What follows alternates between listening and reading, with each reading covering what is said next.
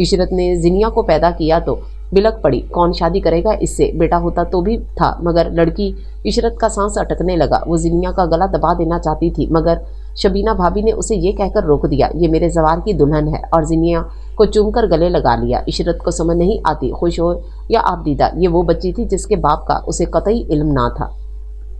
एक दिन भाभी ने जिनिया को कपड़े बदलकर प्यार कर दे उसे पुकारा। जी भाभी, वो आटा गूंथते बोली। एक उसकी हैसियत दोनों भाई, अम्मा और छोटी भाभी ने नौकरानी जैसी बना दी थी ताकि वो सच बोले, मगर सच से वो खुद अनजान थी।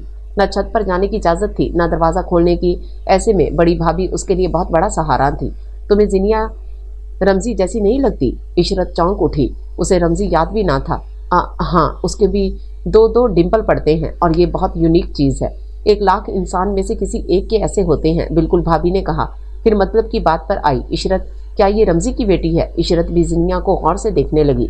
पता नहीं भाभी, वो यकटक जिनिया को देखने लगी जो किचन स्लैब पर थी। फिर अपने आटे से भरे हाथों से उसके नकुश अपने लम्ब से महसूस करने लगी। भाभी, अगर ये सच है तो ये कब हुआ? वो एकदम बोली।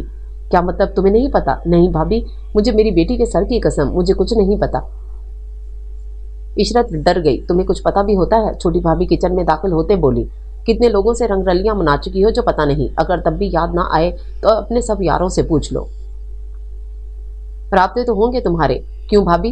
वो शबीना को तंज से देखने लगी। शबीना तो उसके इल्जाम पर हक तक रह गई। वो बात को कहां से कहां ले गई थी। जिनिया 3 साल की थी जब रमज़ी पाकिस्तान आया और अपनी बीवी और दोनों बेटियों को लेकर इशरत के घर आया। उसकी 2 ट्विंस बेटियां थीं जो जिनिया से चंद साल छोटी थी। रमज़ी को इशरत नजर न आई तो पूछ बैठा, क्या उसकी शादी हो गई? शादी? और इस गंद की पोट की? मालूम नहीं तुम्हें